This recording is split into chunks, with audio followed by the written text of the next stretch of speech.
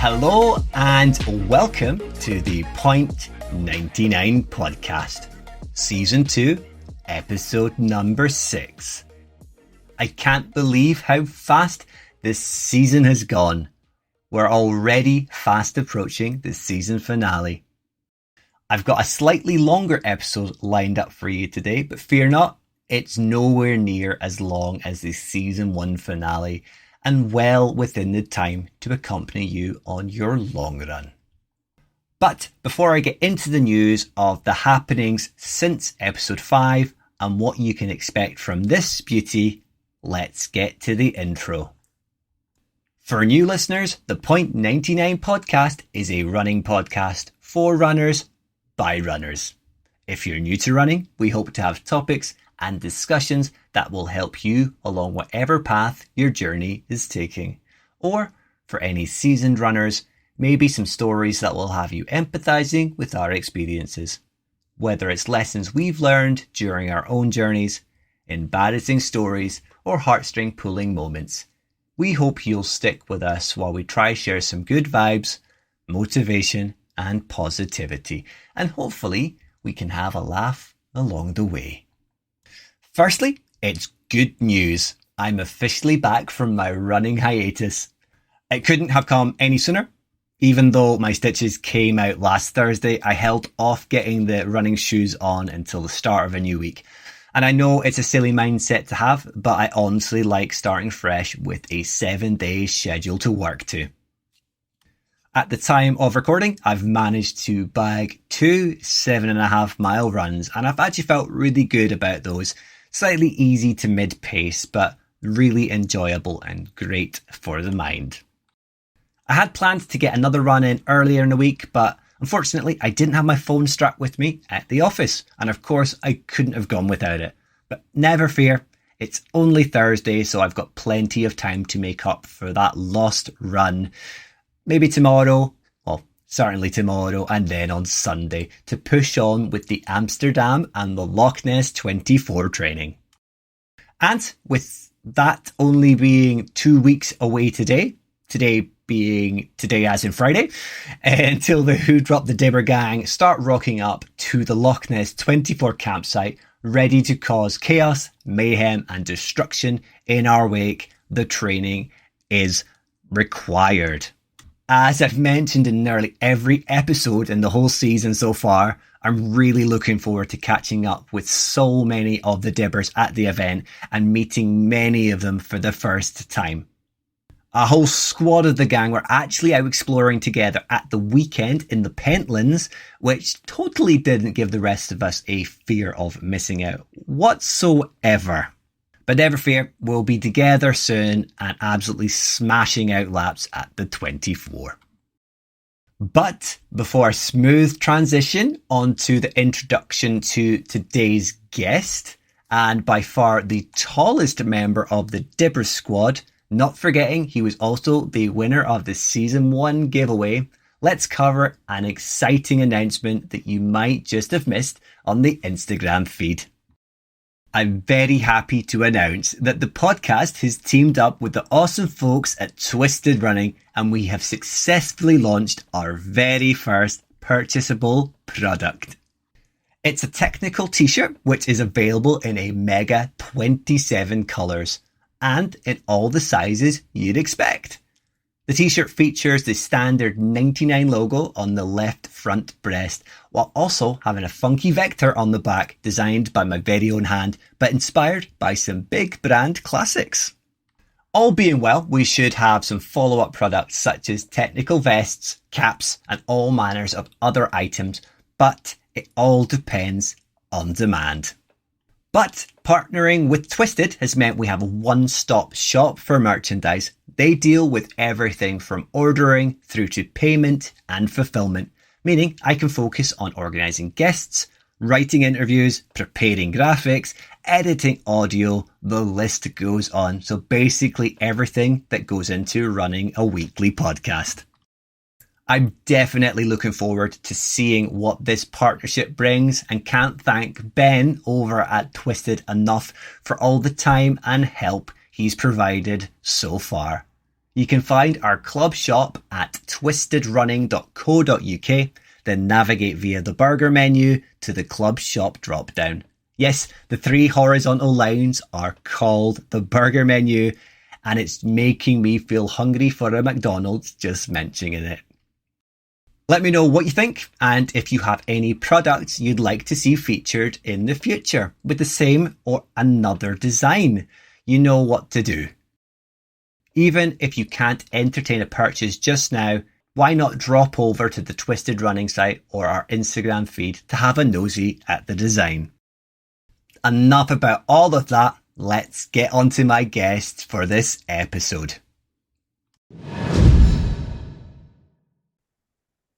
I'm joined today by an absolute wizard of the Instagram reel. Whether it's his solo sessions where he's documenting his running progression or adventures with his sidekick Colin the Swan, he always puts maximum effort into each and every reel, and every post for that matter. From tests of self-discipline during training or his genuine and refreshingly honest takes on life with and without running, he shares it all.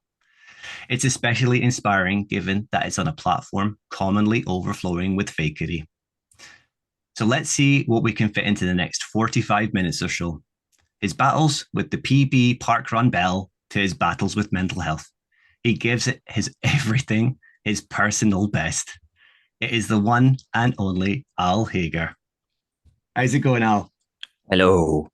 I did say that correctly, didn't I? Is Hagar or is it Hagar? Hagar. Hagar. Hagar. At the Hagar. Hagar. Yes. Yeah. It's a weird one to pronounce, but yeah, I am Hagar, as in Hagar the Horrible, the Viking.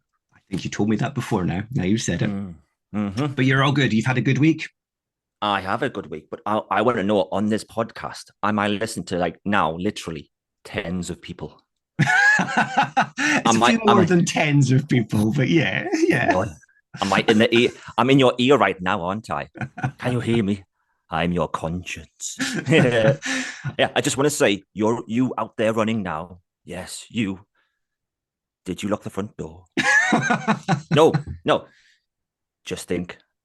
You do look good in that outfit. Yes.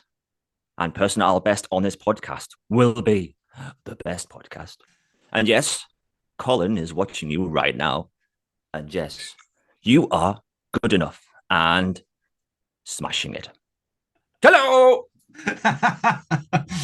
Oh, spot on. You've probably made someone now think, did I lock the back door? Did I lock the front door? Did I turn my hair curlers off?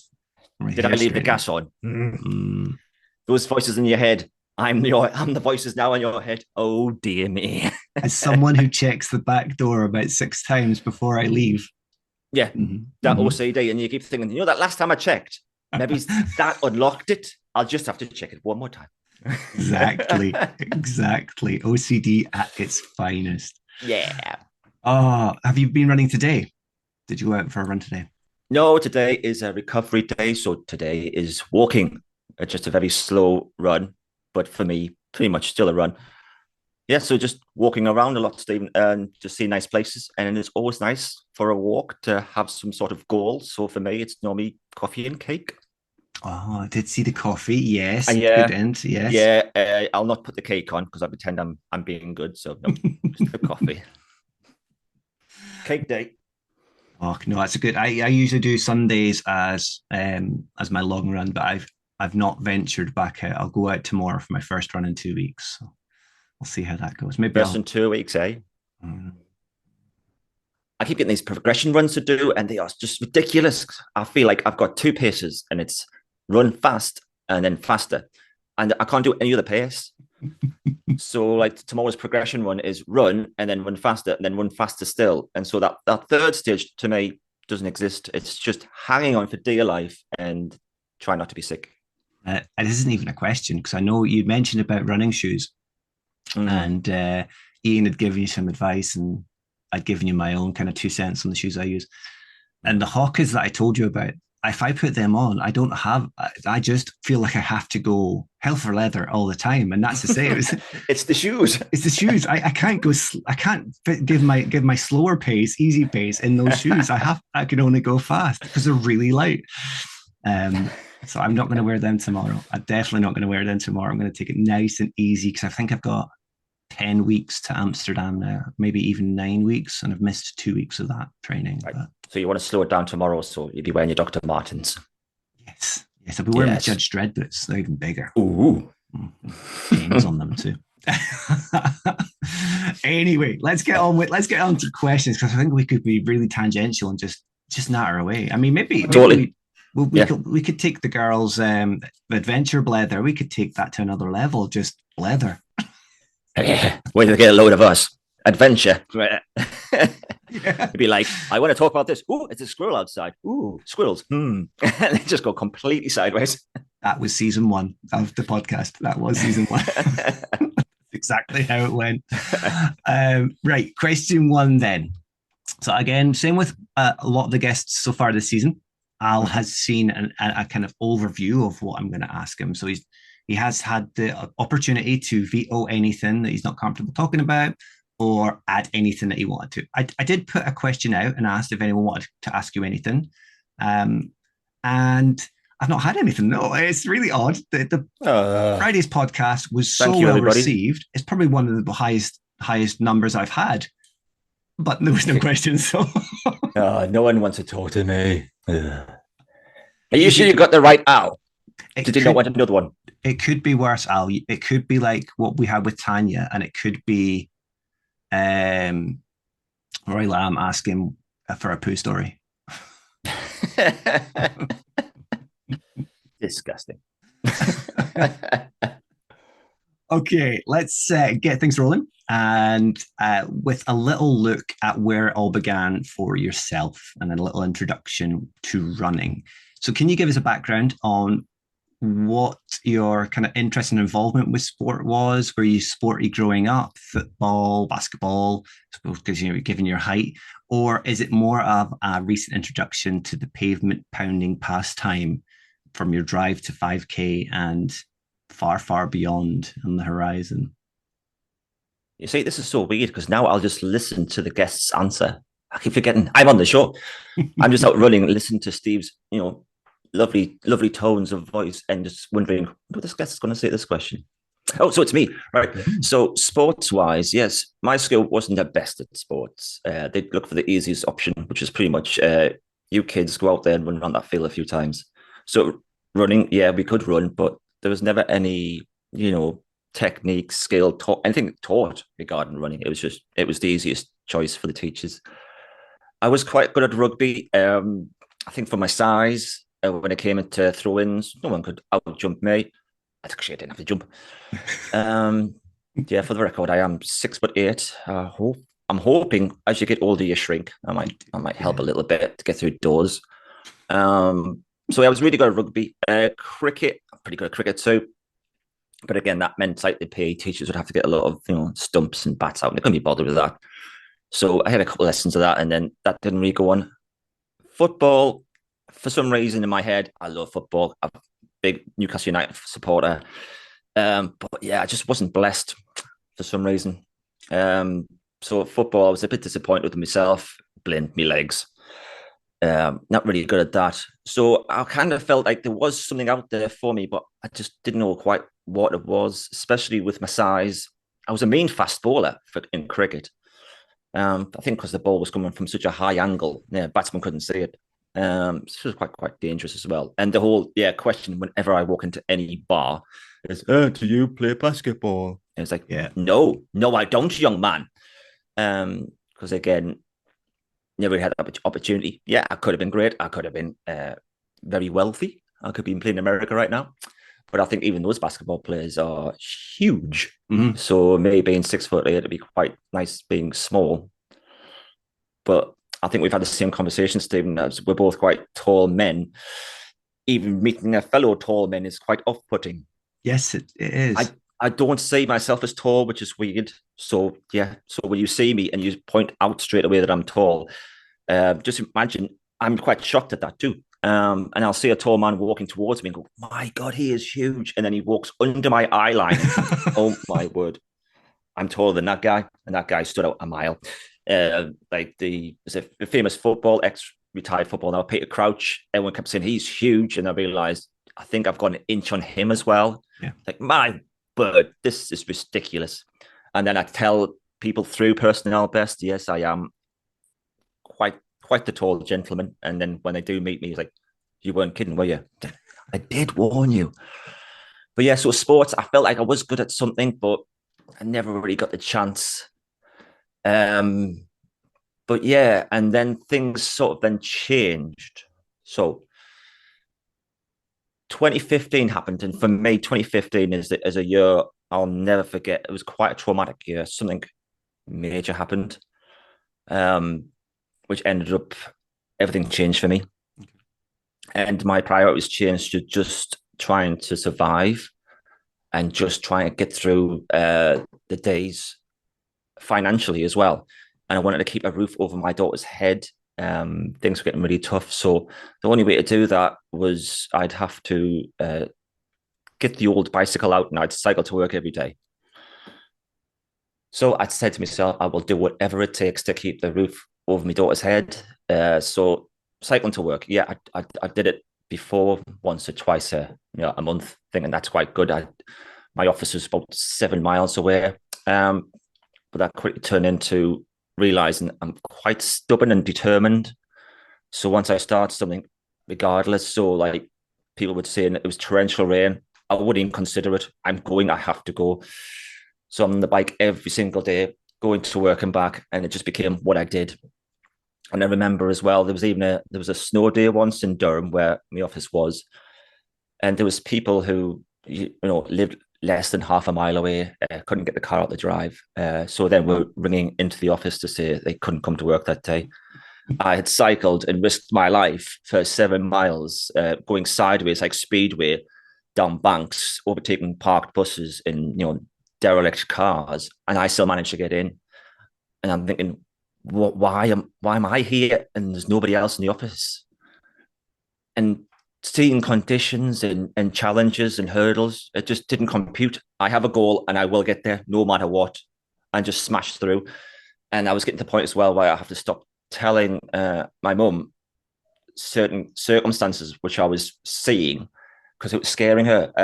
Because sometimes when you're in the bicycle, you do get a lot of near misses, unfortunately. The weather conditions are bad. I have a few bad falls. So she was, she keeps seeing me as her little boy. Yeah, same. I get that Yes, too. yeah. So she's calling me at work. Did you make it? So reply, no.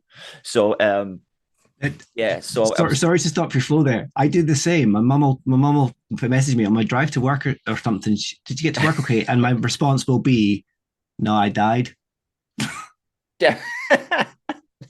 Dark humor. It is very dark reply humor. Back, okay. Yeah. My mom's first reaction to any time I don't reply to her message immediately is, he's in a ditch. Yeah. Yeah. I suppose if you're cycling, no, and I cycled for a long time before I came to running. Mm-hmm. And I know what you mean. The near misses, it does put not only the fear into yourself, but everyone that you're telling about the near misses, and they do worry for good reason. Definitely, yeah. And I was even realizing that I was, again, very punctual as well. So I'd always get to the office at the same time. And if I wasn't there within 5 or 10 minutes, even my work colleagues were starting to panic because Alan would always be there. Mm-hmm. Yeah, I probably had a puncture that day, but they would know I would normally be there. Something has happened. And then it's the perils of a bicycle and sometimes the hatred for motorists. When you're cycling, I always find you've got a slightly higher position in the road and you can see into people's cars. And quite frankly, the amount that are on mobile phones is terrifying. Yeah. And then if you accidentally get run over by them, the look on their face that you landed on their bonnet while they were texting, it's always your fault. So yeah, I always felt if I kept cycling, eventually something bad was going to happen. But then things changed again. 2020 came and COVID, and I could start working from home, which was beneficial for living. Yeah. But I knew taking all that exercise away from myself, I'm going to have to find something else quite quick because I still eat quite poorly. But the exercise, once I put my mind to something, I'd always do it. So I need something else. So unfortunately, I found PE with Joe. Right, so start doing all those and that, and I'm doing them with my daughter. But after one episode, she was bored of that, so I'm just doing PE with Joe by myself. I'm thinking, is this going to be helpful? I think I'm going to need something else along with just keep fit videos. I found some great YouTube videos I started working along too, but I knew I needed something else, and I knew as well with everything going on, and then the isolation and COVID, I could feel myself getting worse again mentally. Yeah. And then that's when I would start going to GPs again to reach out. I'd always be open about it, but I was going to GPs, and a lot of time I'd get pushed aside regarding medication and other things. But it seemed to be there's always a common theme. Medical experts will always say, "Do you run, Al?" And I was like, "No, I've heard it's horrible." He said, "You should run." I said, "No, I'm not a runner. I really not." But I'm thinking there might be something in this. So, and then I heard of this mystical park run. And I was like, okay, how far is that? Well, you might as well just say a random number. I've got no idea the distance. And I thought, okay, and it's quite like what I hear about people would say about going to the gym. They can't go to the gym unless they get into shape first, and then they'll go to the gym. So I'm not going to do a park run until I can actually run. And okay, and so I'd started that way, Stephen, by basically, can I run to that lamppost? And the way that a lot of people start, yeah, and then kind of do 2 lampposts, and it was just building on from that, and then not having any clue what I was doing. I was like, well, to run fast and to run a park run, I've got to run a 5K. So I just run a 5K. How many times should I do it? How about every day? Right. So just run 5K every day and the same route every day. So there's a lot of left turns. So I was like, eventually, I think this left leg's will get shorter than the right leg. It was kind of running in a circle all the time. So this can't be good for me. I found a fitness app, and there was a training thing that I think was through Parkrun, and this training app was basically saying to run a 5K parkrun and to get a PB, these are the runs you need to do. These are your training workouts. And I was shocked to find there wasn't one 5K distance on that. No. So what I've got a training plan of 8 weeks to run a 5K, and not one of them is run a 5K. So I was like, okay, this is a bit strange. And then do more research. I was like, there's something in this. You don't just run as fast as you can for the distance. No. And I was like, wow. And that's when I must really start to learn more about the sport, more about running. And then when I got into park run, I thought, you know what? I've always pushed myself away from the community and people because I feel I don't fit in. Physically, I don't fit in. I stand out a mile. But I always felt I've never found my tribe. Yeah. And then when I started doing park runs, everyone seems to know each other. There's cliques. There's all these people knowing each other. But I'm happy just being around them and on the side. And when you start running, you're just a runner. And that's when I started falling in love with it, even though I thought I'm never going to do it with running because why would I? It's just pain. I just want it to stop. And then when it stops, you think, I want to go again. Yeah. And then you realize the times and you go, oh, that wasn't too bad, that. I wonder if I can go faster next time. And then you keep showing up to park runs and then more and more people recognize you and then they start talking to you. And you're like, I'm actually starting to make friends here. There was one friend, Catherine, and every week we'd run. I didn't really obviously know her, but we kind of end up similar pace each week. And it was really nice. And then if one week I finished before her, I'd be at the finish line, cheer her over the line, and vice versa. And it was lovely. And the nice thing I thought was really quite beautiful about is Catherine's 11. Yeah. Don't laugh too hard. I thought you were going to say she's like 80 or something. No, she's 11. And yes.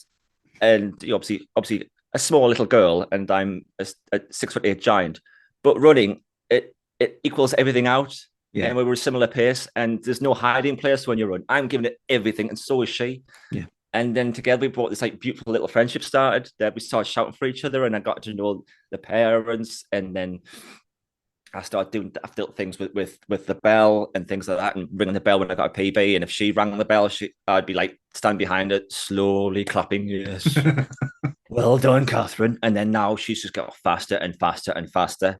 Yeah. I just don't see the girl anymore. She doesn't even have time to wait for me now at the end because she needs to get home for a coffee.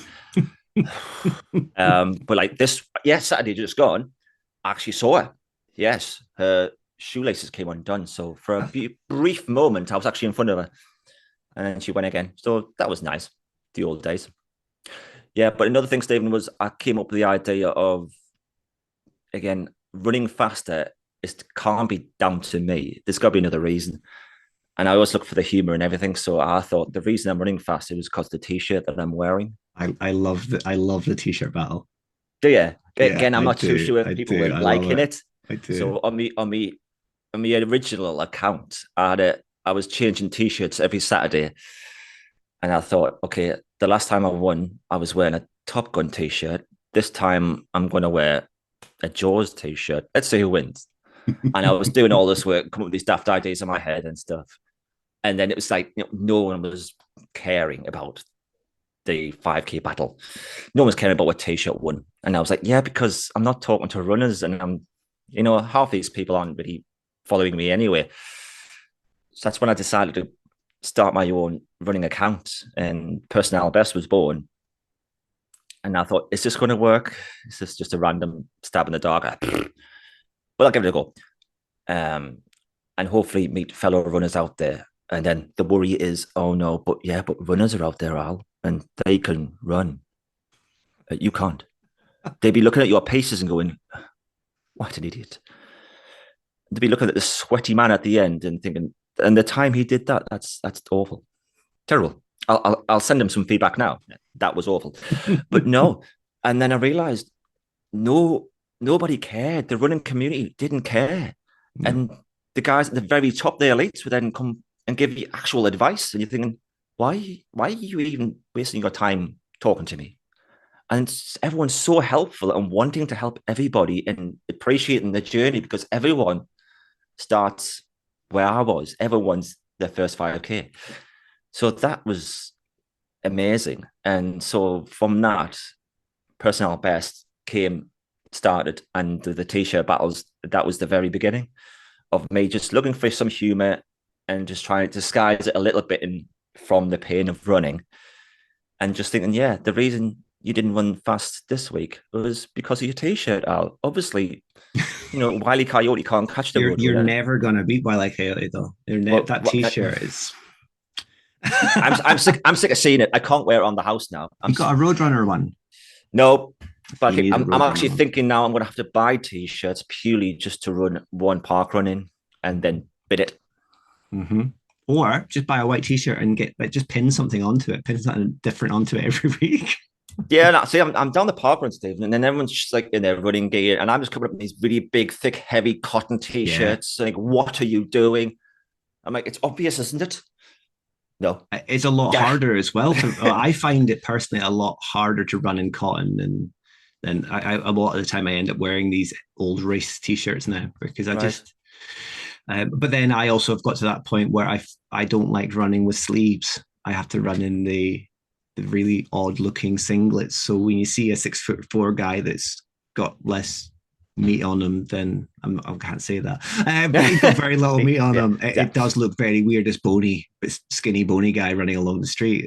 You get some odd looks, especially in the winter, in the snow. Are you one of those guys as well that wears really short shorts? Oh, I wear really short shorts, yeah. Oh, short shorts. Very short shorts. Myself and Bob Barrel are the short gang.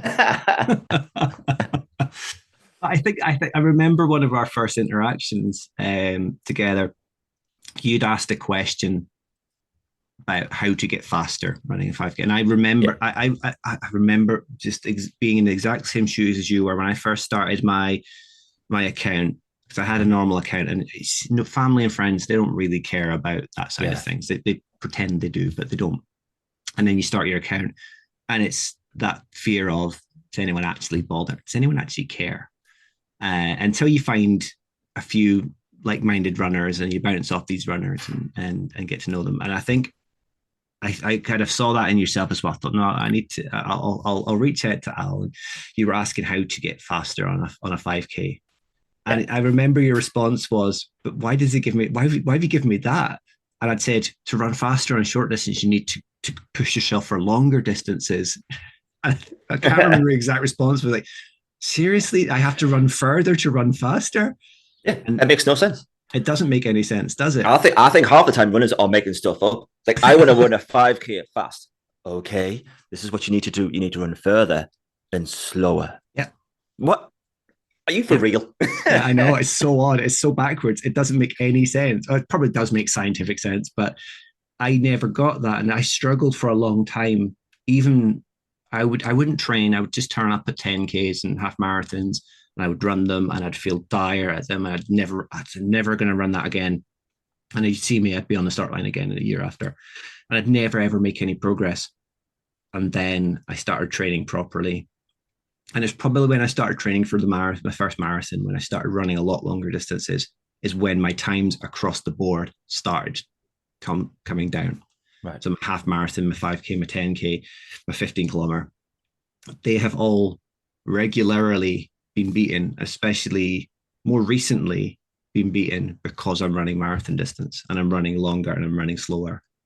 So the body's getting used to that level of endurance. So when you compact it into a nice short speedy run, yeah, you can do it. As long as you control your breathing, your muscles are already set from the longer distances. It's so odd. And again, as a taller guy, you kind of feel like you're lumbering along and I'm not going that fast. And then you get to the end, the park run, my last proper park run, I was just nearly breaking, like, was it the 20-minute mark? And you think, how am I doing this? Because this doesn't feel like I'm going any faster than I was going when I first started doing it. And I was getting 30 minutes. So it's, I know. So you don't feel like exactly. effort's changed? The effort hasn't changed. I'm always putting in my maximum effort, but my maximum thresholds have changed because of what I'm doing in and around it. I think that's the hardest thing to get your head around. Yeah. And strength and conditioning as well, because a lot of us don't do it, but it does help. Yeah. It does help. But you might never feel like, because like you say, when if you're running intervals, if you're running and you're running and you faster and faster and faster, and you always feel like you're the sweaty mess at the end, it is all building. It doesn't happen overnight. It's a bit of a task and an ask. But you're making the right moves. You just need to find that right t-shirt now. Yeah, again, regardless of what you say, it's the wrong t-shirts. Yeah. And I've always thought like sweaty mess, because these big cotton t-shirts, when you finish, you can literally wring them out.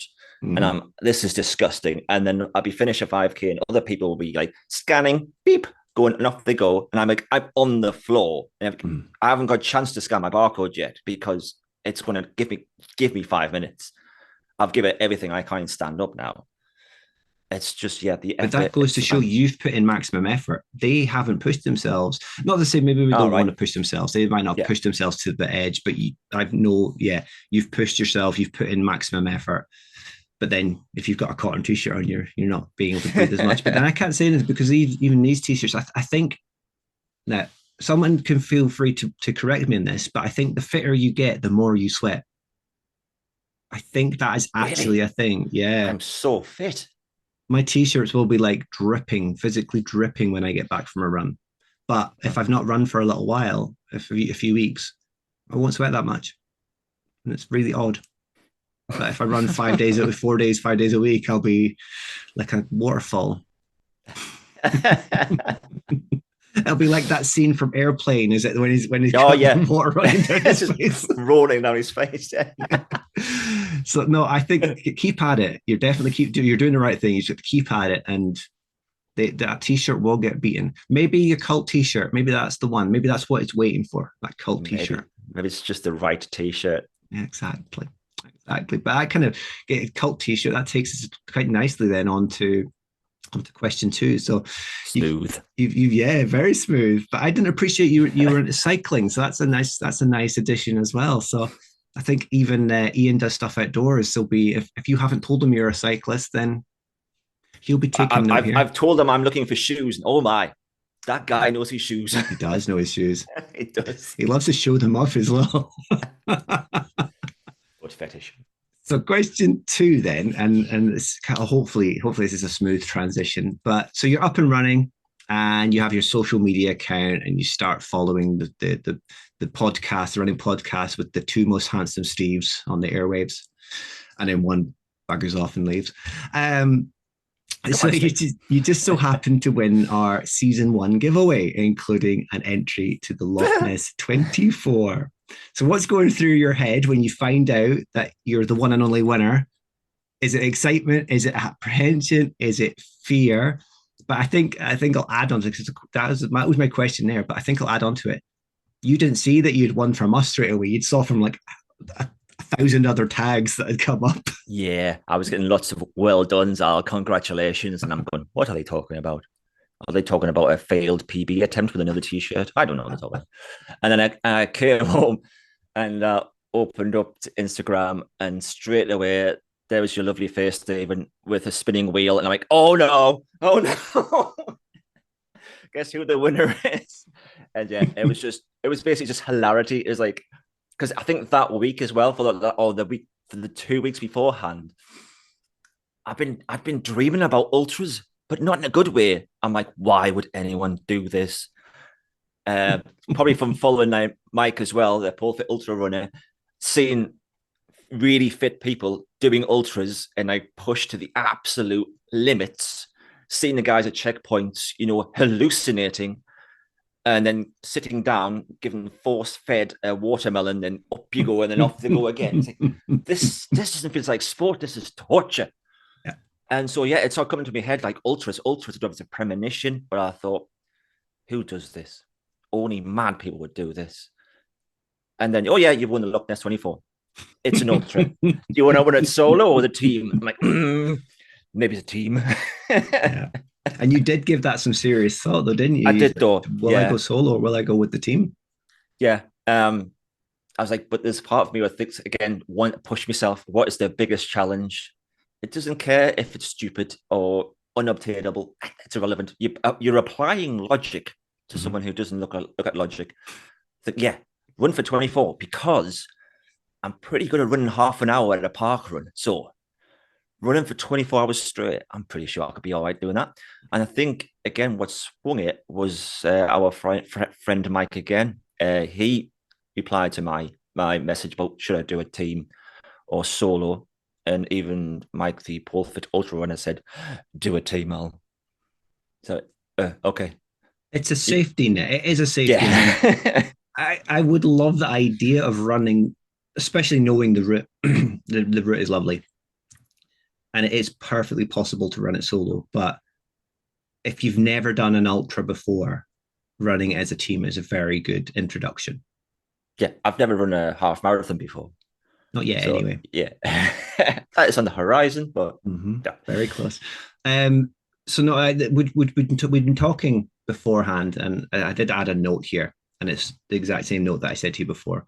That there is a lot of excitement throughout the team. Especially you saw how many messages of congratulations you got. And even if you hadn't opted to join us, if you joined another team or if you'd opted to go solo, there's a lot of people looking forward to meet you hanging out. But we would have supported you all the same as well, because it's the good thing about with Mike coming running solo, we'll still support him. Heather will be there and she'll be camping near us, I think. Having met her, and you've met Heather as well, she'll have some familiar, friendly faces. Yeah. So we're there to support even people we don't know, solo ultra runners. It's a really good environment to be in. Less so like the discussion I had with Tanya about marathons, and everyone's in their own head in the start line. Everyone's worrying about the start. They don't really communicate. Although there's the runner spirit is there. Everyone's just worrying. You've got this 26 miles to go. Yeah. How's it going to go? Whereas ultra, you can go at any pace. You can go at. You're just there to have a good time, and everyone's so communicative. That's a word. Yeah. That word. Yeah. And we found ourselves. It was only 5 of us last year in the inaugural event, and we were talking to just everybody, and we're having such a good time and speaking to a lot of solo runners, especially people you see when you see someone's running solo, you feel like you have to give them the support and talk to them, and and you get to know a few of familiar faces. Every time you're out in a lap, you might pass them even a few times and get the banter with them. So no, it's you've got that safety net of I don't feel up to doing more than I've done 2 laps. I want to take a break. And yeah, you could do that. You could do that as a solo runner. You can dip at any time. But if you've got someone you can hand over to, you can high five, you can get the banter, and then you can sit with people and have a bit of food, have a drink, and have a laugh, or you can go to your tent and just have some chill time, some music on. It gives you that variety. You've got that consistency of having people there. Yeah, it sounds great. That yeah. But no, I was definitely excited that it was as there was so many names on that competition. And like it'd be great to have any of them, but I think even the people I know really well, I was so excited it was you. Really? Yeah. Let's see what he'll do. What's he going to be like in person? Oh my word! Is he going to bring a swan with him? That would be great if you did. Yeah, Colin could live on the lock. Yeah. No, it's gonna be a great weekend. We're only about 3 weeks away now. We're recording this on a Sunday. We're 3 weeks away from it being over. The dread of it all. But what did I do? Did I do well? Your free bottle. You're. As I say, for you, it is a free bottle of beer. For everyone else, who paid a little bit of money, got this bottle of beer, and got a medal at the end.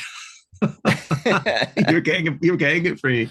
Oh, free beer. Yeah, no, I'm definitely 100%. I don't know how many times I've said that now, but I'm really, really looking forward to it. And I think that's just because I'm the local. I'm the person that everyone's been crazy enough to agree to come and see.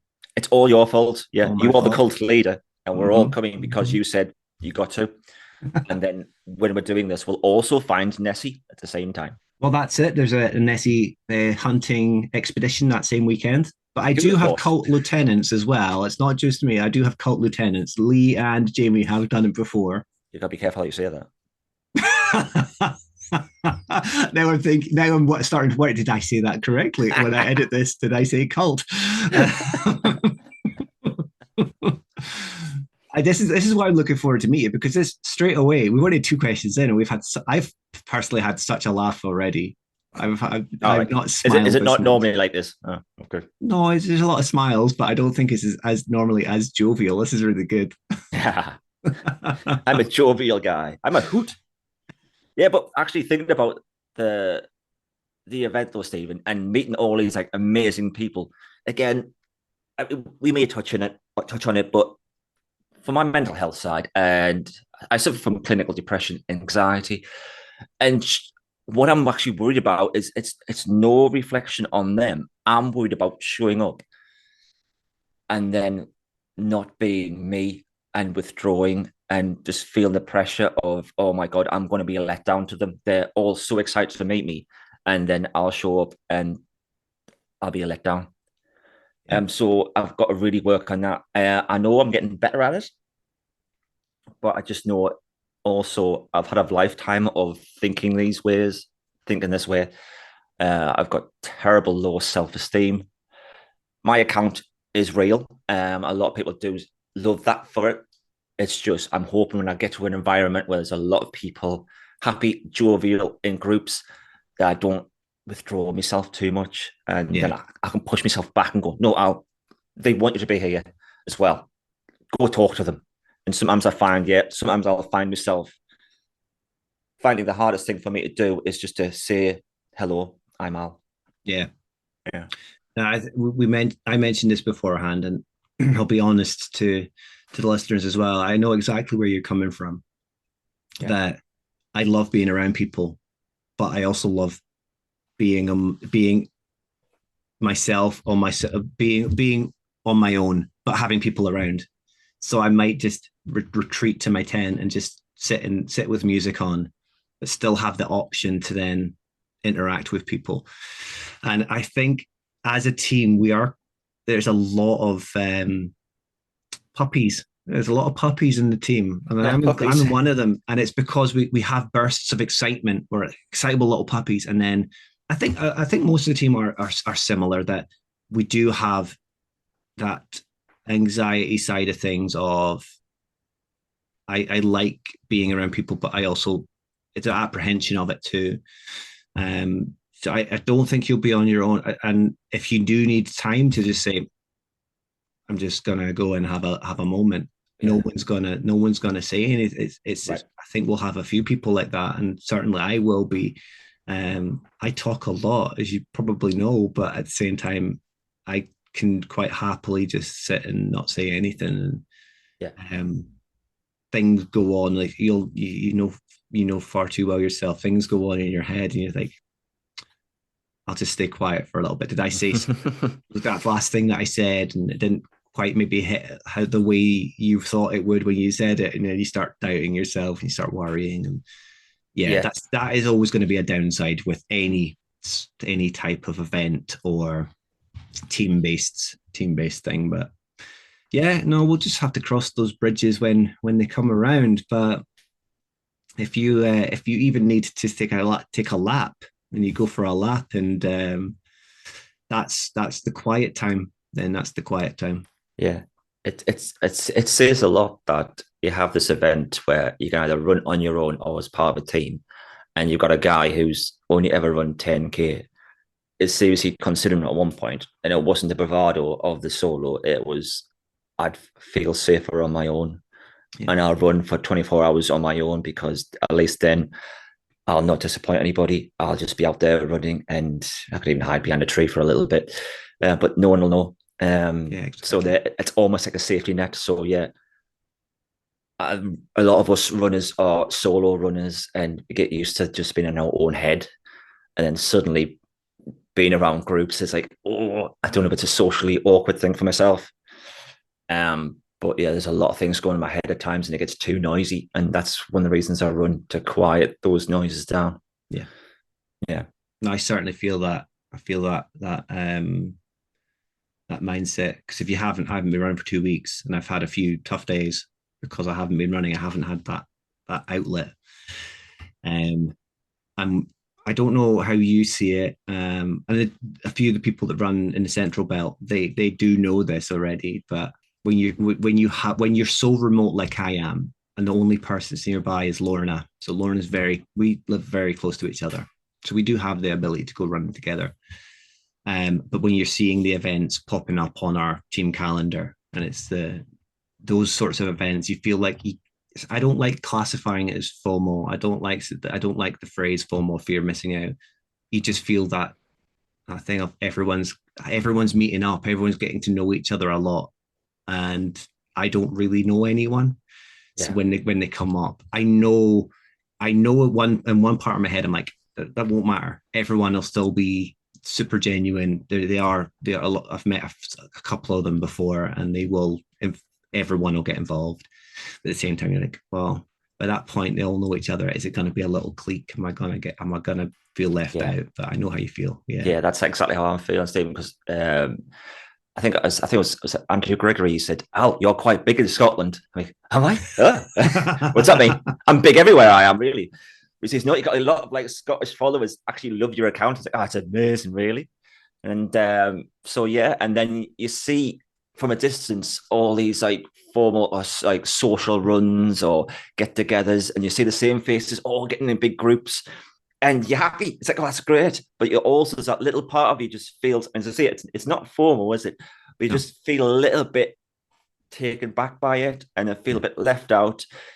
And then for me, it's the panic of, yeah, these people all know each other, and then Loch Ness 24 is going to come, and everyone's all together, and then there's this one person on his own in a loch, dressed as Nessie, and everyone's trying to spot him in the deepest part, up to at least his knees, and then just trying to hide. But yeah, I thought I would just share that though, because you won't be alone with that mindset, and there are other members of the team that are remote and haven't had the ability to kind of meet up, and certainly I know they might never say it, but there will always be those doubts. But we'll get through it together, my man. Cool. And even if you do feel like you need it, and I say you want to go off, we'll have Mike. You can go off and trip him up. I'm going to hunt his ass down. You may have seen I did one on the socials where I did a social run, and I wanted to get into the lead for just one moment. I'm going to be the same with that for Mike. It's going to be a part of me that wants to beat him. So even if it's just for a second, Mike, taking you down. Are And we then I'll just saying quit. then? Are we saying then, Al, that we're putting you out in your team as the first runner? Because then on the start line you can get away from and you can be leading ahead of Mike. Do I get a trophy after the first 100 meters? Well, maybe yeah. maybe a trophy could be arranged. Then I'll walk the rest. Yeah, there was a moment, ladies and gentlemen, when I was leading the race. There are trophies in the works. So and you know why? I was wearing the right t-shirt. That's why. The team trophies are almost ready. So there are team trophies, and there are team trophies. Categories. So again, what are they for? It's only for us as a Who Dropped the Dibber squad. And I don't know if you knew about this. It's the tallest one. Well, I can't tell you the categories. I can't. The reason we're not saying what the categories are, because each team leader has chosen their particular category, and we don't want people playing up to what they're not normal categories. We don't want anyone. A little example. Up. I can't. But I can. So there is a master trophy. I can show you part of the master trophy. So only Al's really going to get to see this, but that's part of the master trophy. So there, nice. It does have lights built onto it. I can't turn it. Yeah, well. And it's going to have wooden frames and all sorts. But Who Dropped the Dibbers? Now this is we're trying to spoil people as much as possible because you are coming a long way. You're coming from Newcastle. We have someone coming. I think it's Wiltshire he's in. We did have someone come from London. Unfortunately, he's not able to make it. So we have people coming a long distance, even from Glasgow and Edinburgh. It's a long way to the north of Scotland. And I thought my way of giving it back as the cult leader is to arrange trophies. And I couldn't just make it specific who did the fastest lap because everyone's of different abilities. Yeah. That would be unfair. So there are 5 teams, there are 5 categories, and then there's the master trophy. And they will have engraved on the back. And then as a council of leaders, the team leaders will choose who the winner is going to be. They are also they can be up for the win as well. But as a council of leaders, we will choose a trophy. And they're wooden trophies, they're engraved, they're proper Who Dropped the Dibber trophies with loving it. You are going to town in this, Stephen. We are, because there's a big award ceremony at the end of the event. You'll get your medal, and then everyone will gather and they'll present to the winning solo male and female, the duo male and female. Everyone will get their trophies. These guys, and then you feel, I wish I had a trophy. And we're there for a good time. We're not there to push for a win. So that's our way of helping that a little bit more and giving back to you guys for taking the time and effort to come and. I'm loving this even more now. Yeah. There are a few little other tidbits. We have team sponsors. I can't tell you who they are. Again, only one other person, one of my lieutenants, knows who the sponsors are. What's that mean? Free stuff. Free stuff.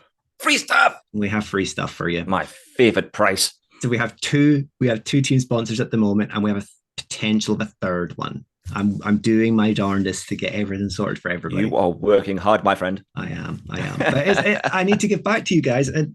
And you've committed to us, and I know we're coming up to that soon. And I know with your battles with mental health, I just want to make people feel as comfortable as possible, and that's my way of doing it. So yeah, sounds good. Move on to question 3. So I think I'm conscious I'm going to take your whole evening otherwise. No, go for it. But onto something a little bit more real now. And you do show your truest, purest self in your feed and your reels. And as I say, it's really, really refreshing. And I just want to know, was that a conscious decision not to hide the bad, mask it with the only good all the time, like you get with some accounts? It's all a lot of fakery, or is it just literally that's the personal way? Yeah, I like that question, Stephen. Well done. For me, it was when I started Personnel Best, I was like, yeah, it's going to be held, it's holding me accountable, which is what it's there for. But I also kind of want to entertain as well. I want it to be a bit of a show, people to actually just tune in instead of just seeing facts and figures and times and paces. And I realized so many people out there were very serious about running, and quite rightly so, and that's how they work. But it's not for me. And then when I would start, possibly through humor, showing little clinks, little chinks in the arm of this is what actually goes on in my head. Yeah, I am useless, but I'll try to spin it in an interesting way. And then I was just opening up more and more, thinking that was quite funny what I did there, and people seem to enjoy it. And being funny is much more me. I use humor as a defense mechanism for a lot of the time, but it's just me. I can't be serious. I'll love taking a mickey up myself. I'm not one of these people that are like, oh, would you dare do that? It's like, yeah, I would, because if it makes someone laugh, why not? And there's a lot of darkness and horrible things in this world. And if I'm talking to a duck and somebody thinks that's funny in Canada, then I've won, haven't I? Yes, the person who's standing next to me in the park thinks I'm absolute loony, but I don't care. I'm not hurting anybody, and hopefully I'm bringing some smiles as well. So that's where I was starting to think. I was starting to feel where I was going with the channel and realizing I think there's a need for it too. And it's just more me. It's been real. And then when I started sharing times when I was quite teary, I used to find at times I was pretty much crying daily. That's when you start realizing maybe this is not quite right. But I'd even share those as well. And I think one of the first times I did that, I lost quite a bit of followers straight away. And that was almost upsetting to realize I'm opening myself up and people don't want to see that, what you're doing now, that was stupid. And then you kind of overanalyze everything. Yeah. But then the great running community, the real ones, then came out and were putting like a virtual arm around me and we're saying some really nice things about being open and sharing, and we need more of that. And I think I'm happy to do that. I've always been doing that. So that's when I realized this is what I can do to even make a tiny little bit of difference, even just to help one person. I can laugh at myself. I can bring some humor. I can talk to the animals like Dr. Dolittle, and I can also be open about mental health, the struggles, and how I find it. Yeah. I've always been open. I worked for the Home Office, and there was a group at one point regarding men's mental health, and it was like a virtual one. So we're all talking about issues, and I was seeing how I felt regarding problems, and how when you're really struggling, when you're really low, you get no enjoyment out of anything. Music for me was my passion. I'm a guitarist, and what happened in 2015 kind of revolved around music too. I'll give you the scoop. It's not a great scoop. It's a horrible scoop. But the scoop was I found out my wife was having an affair with the lead singer of my band. That's when everything changed. And also, it was the huge embarrassment. It was the way it happened, finding out in the worst possible moment. And just feeling you have that world that you feel like suddenly just crumble around you. I only ever got enjoyment from playing guitar. It was the time when people would say to me, "It's the only time I ever see you come alive, Al." That's when I see you really smile.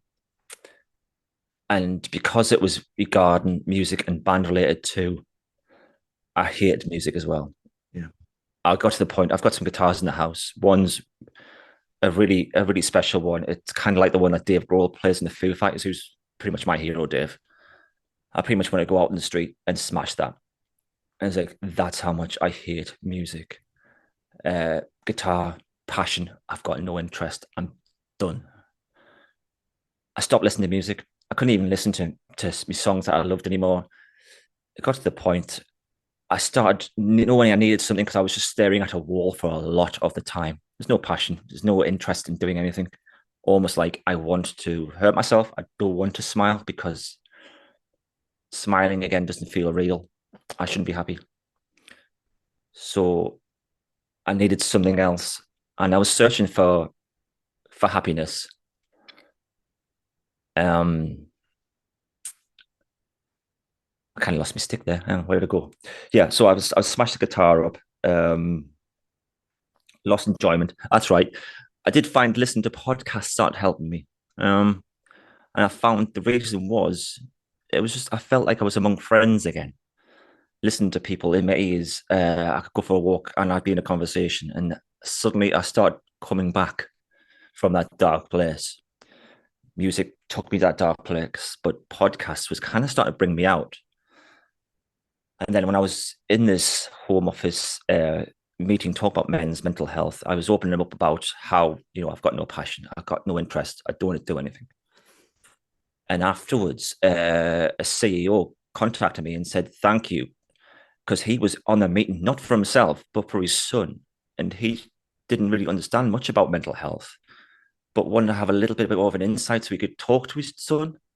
And I thought that was really nice of him to go into that meeting just to try and know a little bit more about what's going on, because there's a lot of people who don't know what to say or are not quite educated enough to help, and they'll just say like snap out of it, or the next day, or you've seen better, or you're smiling, everything's okay. Just smile. Just smile. For me, I've always said it's a mask. I'd always wear a mask at work, and even if I'm smiling, it's not the real me. So I was trying to be more open and trying to be more real, and that's when I felt when people are reaching out and helping and asking for help, it's not just the person who's in that position that needs the help. Sometimes it's the support people around them who need to know how they can help. And sometimes it's just changing the subject. It's just giving me something to talk to. I've got a great friend, and he did something, and I just thought it was legendary. So when I was in this dark place, people would ask me, are you all right? You just shut them down straight away. Yeah.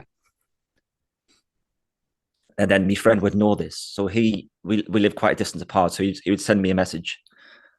And I tell you what, ladies and gentlemen, this works. So if someone's feeling depressed, to do this, send the person who is struggling 30 pictures of baboons' bottoms and tell them to pick their favorite. Straight away, that pulls up. There's no yes or no answer. And you go, what? Well, number 3 looks interesting.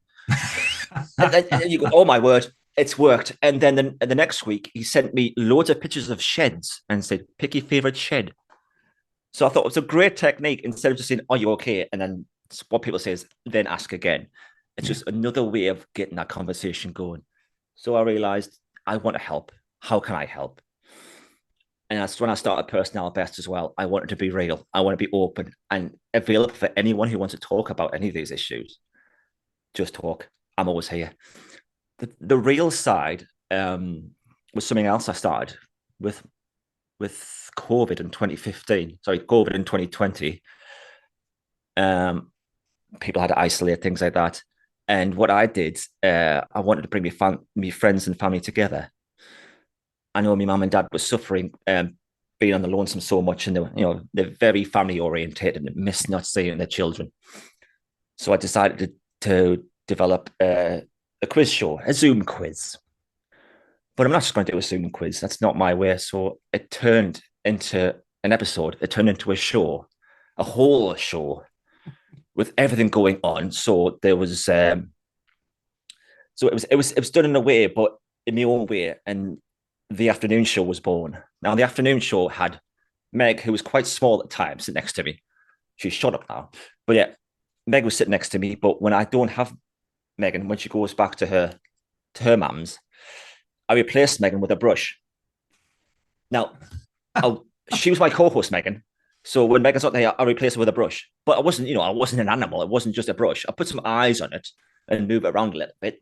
So I was talking to a brush. So again, this could explain a lot, really. So I got the brush was on there called Brushy. I worked on age for that name. There was hidden jokes on the show. There was red herrings on the desk. So many things were happening. There was cakes, costumes, with people getting dressed up.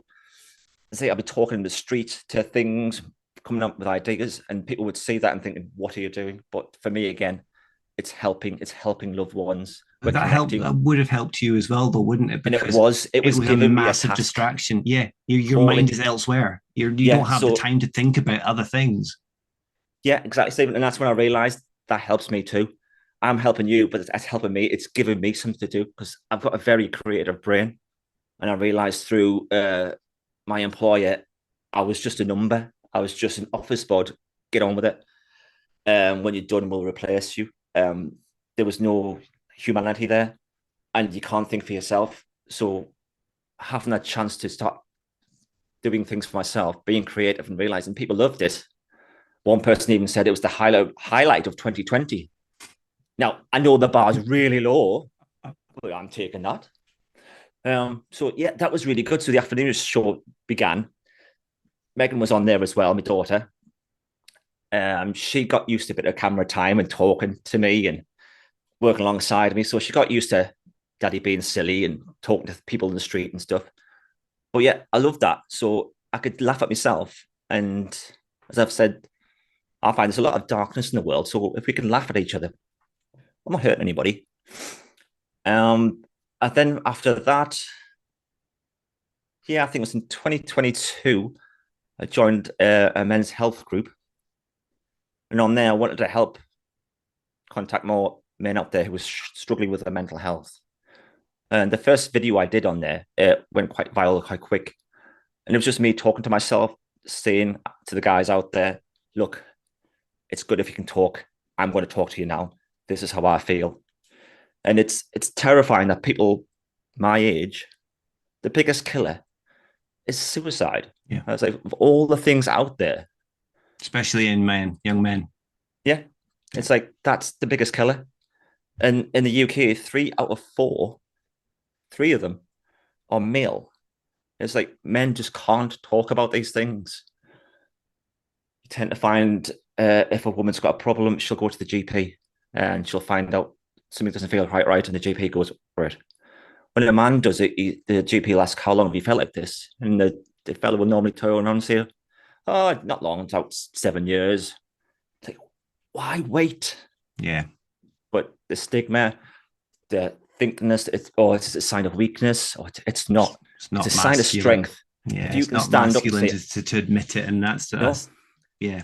And it's the generation thing as well. The older aye. generation, you bottle it in. You don't mention how you feel. You don't talk about your feelings. So when I'm on Instagram talking about my feelings, there's be a lot of people going, how are you doing that? And why are you doing that? Yeah. It's a sign of weakness. It's like, it's not. A sign of strength is going, I'm not right. Somebody want to help me.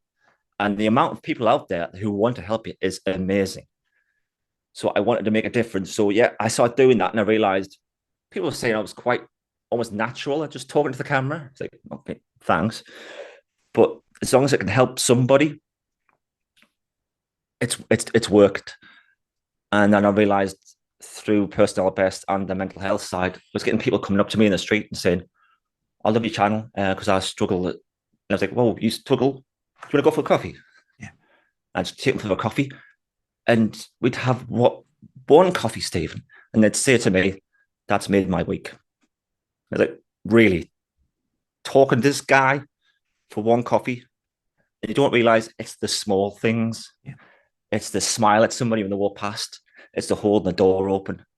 It could be the tiniest little thing to you, could be massive to the other person, because I've been on the other side when you're absolutely at the bottom and then there's 20 feet of rubbish and then you just don't want to go on, and somebody turns around going, have a cup of tea on me, or just a little smile. It's just that huge little change to your day, because like you said, a lot of employers, especially larger employers, you're just a number.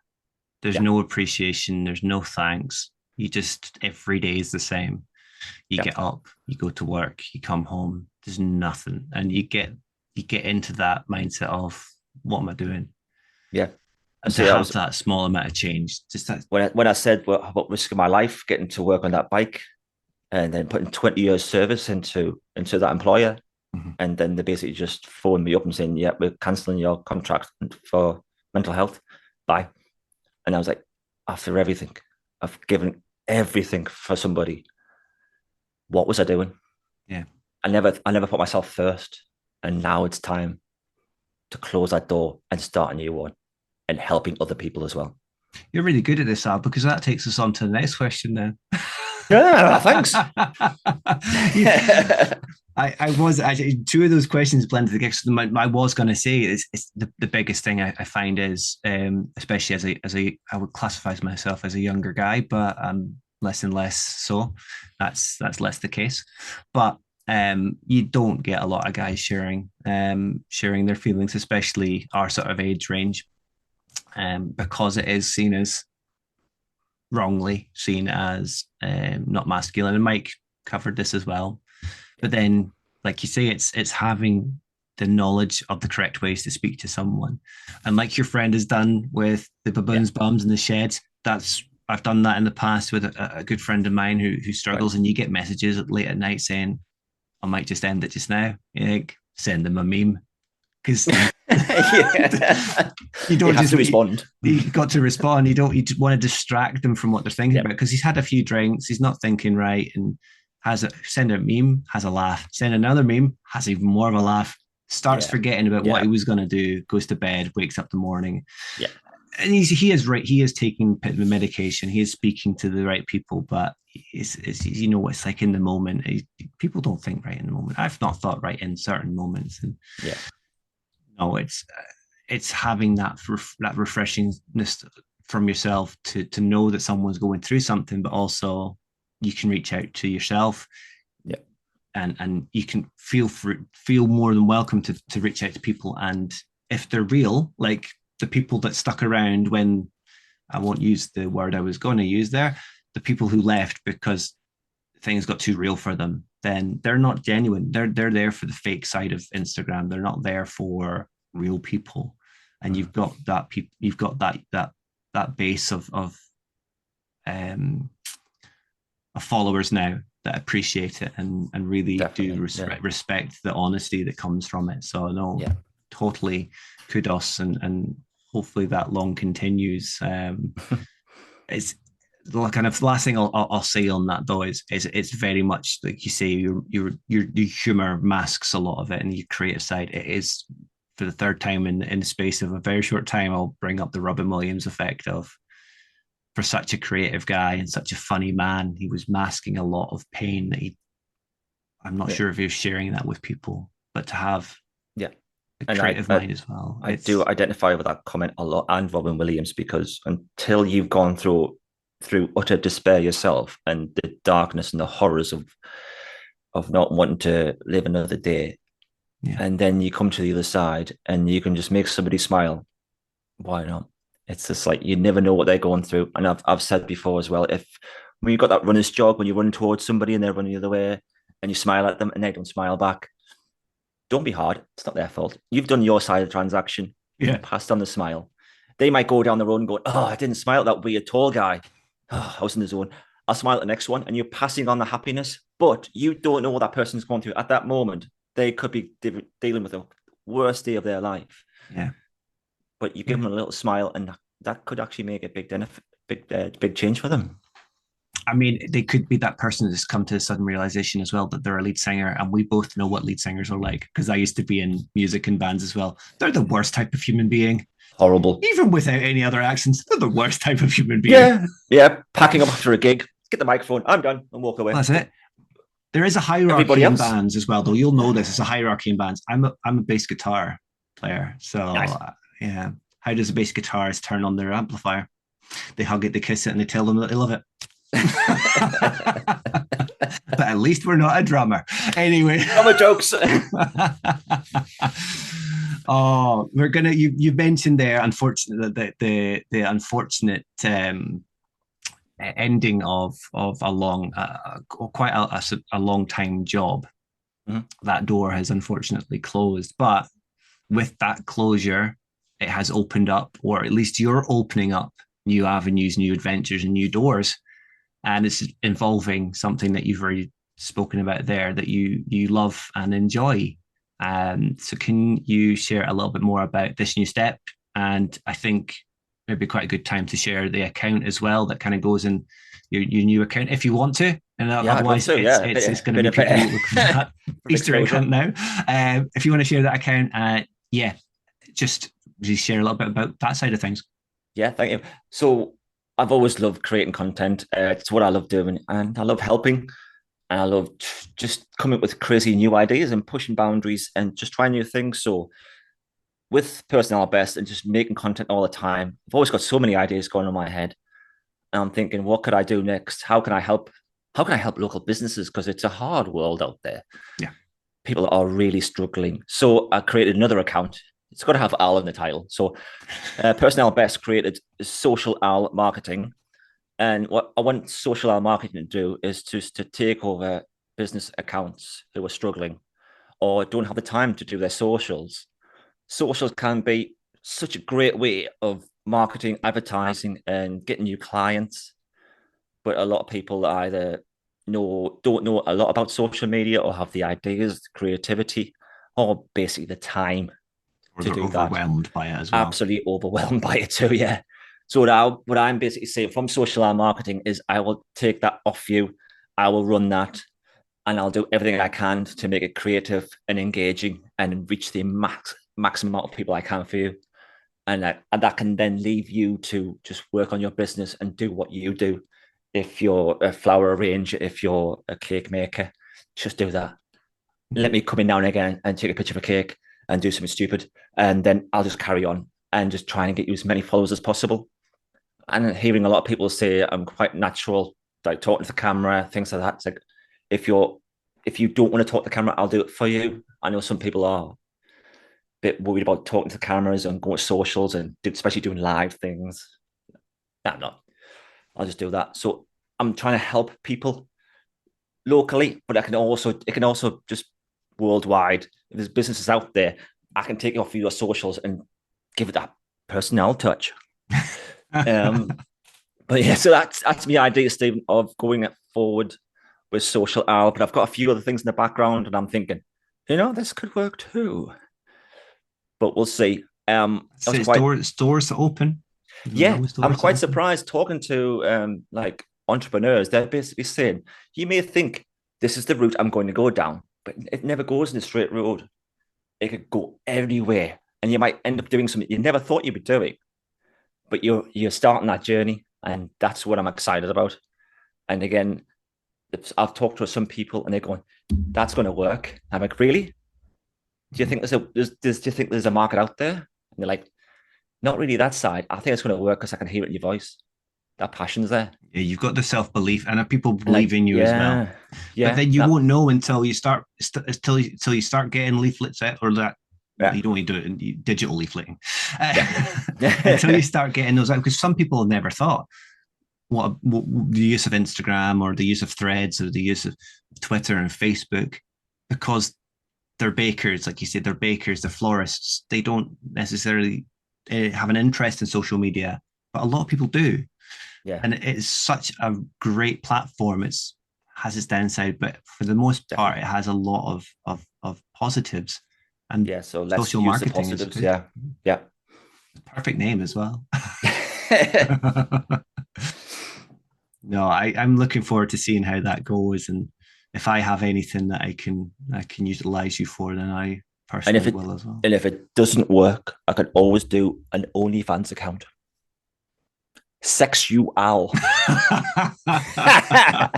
now you said it, people will be asking for that. It's like a bit tangential.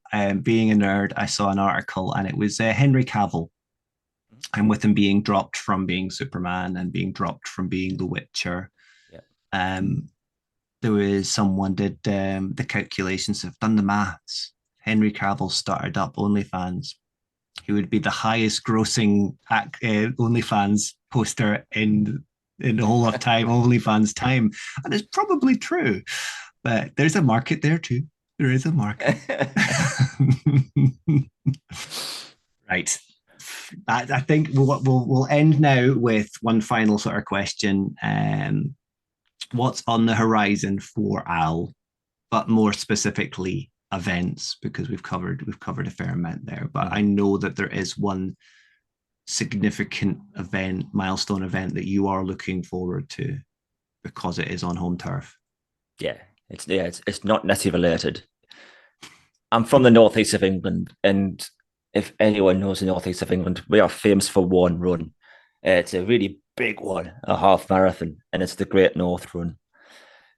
If anyone starts running in the northeast, the first thing everyone says goes, "When you're doing the Great North Run, then," and you're like, never. I'm struggling to run to a lamppost, and that was, just over a year ago. And then I'll start doing 5K. Oh, I did a 5K. What's next? 10K. Okay, what's next after 10K? Half marathon. And you guys never stop, do you? Nope. Marathon, ultras, keep going. But yeah, so the half marathon suddenly came around. And obviously with my issues with my mental health, I got into running to help my mental health. And then I found there's a local charity in my little town. It's called Chesterley Street. And it's a mental health charity. And they were looking for people to run the Great North Run for them. And I thought, that's just the next perfect step for me. I started running for my mental health. So let's now start helping others by me then running the Great North Run. So yeah, that's coming up, and I'm really excited about it. Telling some friends who I've met through parkrun, they were so excited they were actually brought to tears. Oh, and they said they're nice. going to be on the Tyne Bridge, waving signs, supporting me on. And again, the whole why. How Why will do they you want see to? you in the crowd, though, Al? I don't know. I think I blend in, so maybe if I have a little flag. But yeah, good thing with me with the crowds, I always stand out. But yeah, so it's like for people to be so happy for me that I'm doing this event, and I'm asking people who have done it, what makes it so special? And I just keep hearing it's the people. And I've done little, first little road races of little 10Ks and seen some people by the side of the road, and that's amazing. And then now I'm being told, yeah, just imagine that the full way of people shouting you on. I'm like, how does that? I can't even comprehend what that feels like of everyone shouting for strangers running past. Why are people giving up their time to shout for me to keep going? Why? Yeah. And then you just realize we're all coming together, the running community, the supporters, we're all together in this. All the roads are closed. There's nothing else for them to do. So they have to Yeah, just they're stand just at the side waiting. of the Will you road. hurry up and get past and get your car out? There's that bus behind you. It's going to pick you up soon. You better run faster. Oh, no. But No, yeah. I think you'll really enjoy it, especially the fantastic event that it is. Although for a Scotsman, it's the Great Mid Run. Well, I've heard people call Manchester the North. Manchester, it's in the Midlands. It's Where north? exactly it is in the Midlands. Cut the country in half. Yeah, North. yeah. You're at the frozen. You're at the. I'm at the wall. You're at the wall. Yeah, I'm a wildling. Yeah, You're at the those Black wildlings. Watch. Just gotta stay away from them. Although I could be a wildling, really, because maybe I'm one of the giants that go You over the do wall. look like a giant wildlings. Yeah, yeah. No, you'll love it. I honestly, you'll love it, and then you'll be back next year. Well, when is it actually? Am I saying it's next year? Is it this year? When is the event? What? Who? Great North Run. Oh, sorry, I saw a hedgehog outside. September. September. Okay, so it's this year. But yeah, you'll be back next year. You'll be there the year after. This is you getting that bug. You're gonna get the bug. I don't like it. Why am I getting the bug for running? When you're running at times and you're all out running, it's tough. And you're thinking, why am I doing this? This is awful. I think for half marathons, though, you won't be running all out. I hope you're not running all out all the way. You'll be, it's more enjoyable. It's more city. Yes. Is it? Yes. You get time where you can just be at one with yourself, and then when you come to that last kilometer, that's when you really go hell for leather. That's the time you do anything, because that's the time when people can see you. Yeah, exactly. Your cameras are on you. Run fast at the start, run fast at the end. In between, you just out for a social. See how many people in costumes overtake you. Oh man. yes. And then you don't know, never know. It might open up that next avenue of you'll have done an ultra by that point. You'll have done a half marathon. That means there's only one thing left. Then Al retire. Yes. No. 5K battle. Marathon. No, but I think with the Great North Run, this could be something really special. So all I say is keep an eye out, because you might spot me in the crowd. Have you been sharing a link for fundraising? Because I don't know if I've seen one yet. Yeah, I have got a link on my profile, and the people I've been talking to have unfortunately missed it. So I don't want to keep putting it out there all the time, going, please sponsor me. I feel uncomfortable doing it. Maybe I still should. But you should. I know as a charity runner myself, you feel like you're taking the Michael a little bit, but no, just share it, because I've missed it. So there's going to be a lot of other people out there. Yeah. So like obviously with getting charity places, if you don't make up the number, you've got to pay the rest yourself, and that's quite scary. Yeah. But then I don't like asking people. I'll putting it certainly out there. share it as part of this as well. That'll be absolutely I'll share brilliant it then. there. So yeah, the point 99, I love you. So yeah, that'd be great if you could put it out there. Because again, just going back just to finally with my mental health, I find running brilliant medicine for that. And its reasons is depression. You're kind of thinking about the past all the time, what's going on. You can't get away from it. Mhm. Anxiety is the future. You're worrying about what is going to happen. And I've always found I'm never, ever in the moment. I'm never present. But when I run, I'm in the present because everything else is just taken away. Your body's just got to concentrate on one thing, and it's just to run. And that's why suddenly I just love it. Yeah. Because it clears my mind. I'm focused. And then that's when I start noticing the world around me. And yes, obviously the wildlife, the birds, the calling, the people.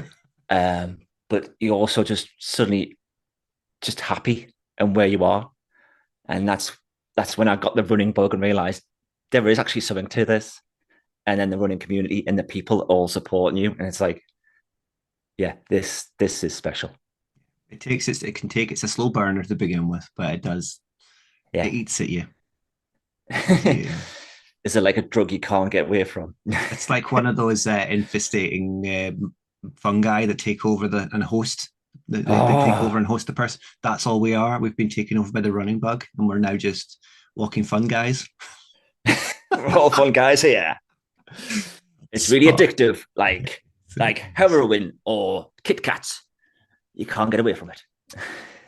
Before I get you to share again your handles and your social platforms, Yeah. we will just share with everyone that you are still king of the emails, the king of the podcast supporters. You're the only one that has sent an email to the Point 99 podcast email address that isn't business related, like organizing merchandise or sponsorships. If You were only the you only guys give us more mail. hints as well. You never really mentioned it in the show. Never mentioned it, no. I was like, surely someone's got to have done it by now. No, you're still the only one. But still, I'm still the winner. You're still the winner. Yeah, yeah. I used to think that Laura Hardcastle was the queen of the fan base, but she seems to have gone off a little bit. She's romancing, has no interest in us now. So no, you've got the crown. I might actually let you wear the Cull crown as well. You can maybe that'll be the crown. Oh, what a crown that is! Before we finish for the night, do you want to share your social platforms again, just for anyone that might have missed it in between, and anything like the market? Yeah, you know what I mean. Yeah. So I've got couple of little things just to finish off with. But yeah, if you like what you've heard from this weird guy on your heads, in your voice, in your conscience, it's personal Al best. I'm on Instagram. I'm on all your platforms really. And social Al marketing, as I'm trying to start that up, trying to start my new chapter. The previous chapter closed, while the door slammed behind me. But I'm opening a new one. So far, there's nothing there, but I don't know where I'm going. I can't see the destination, but I know in my heart that personal best has steadied the ship. And thanks to the running community, I know I'm going to find a happier place. It's there. I can't quite see it, but I know personal best is going to get me there. So please like and subscribe.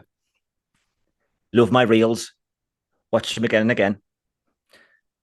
And then people, I keep thinking in my little town of Chelsea Street, people keep seeing this obviously weird giant running around on his own. And I just want to say they're wrong. I'm not running on my own. What they don't see is the running community on my shoulder. And that's purely from listening to podcasts, to Instagram, to my followers. When I'm posting things, the feedback I get, it's amazing. And people are actually genuinely so supportive. So I'm not running on my own. You might see that by some strange motorist just seeing a guy on his own. I ain't on my own. I got you guys. And it's great. There. Thank you very much for joining me, Al. And Yeah. I can wholeheartedly say you can beat me up come Loch Ness if it doesn't happen. Okay. Your DMs will be full of positive feedback for every guest we've had so far. And everyone will say, why did you put him on the show? He didn't really talk about running. Again, same with the emails. I don't get that much. I get the I get the usual people, which I again anyway. No, don't get much feedback myself, but I've got it in good authority that each of our guests has had their DMs filled with great comments. So that'll be yourself. You as well. You running there right now. I'm back on your head again. This is Personnel Best, and it's just for you. Here we go. My running mantra, and also a life lesson. Shoulders back. Podcast 99 on. Focus on the future and the forward. The past is behind you for a reason. Leave it there. We've got this. You've got this. Now go out there for me and smash it. Thank you.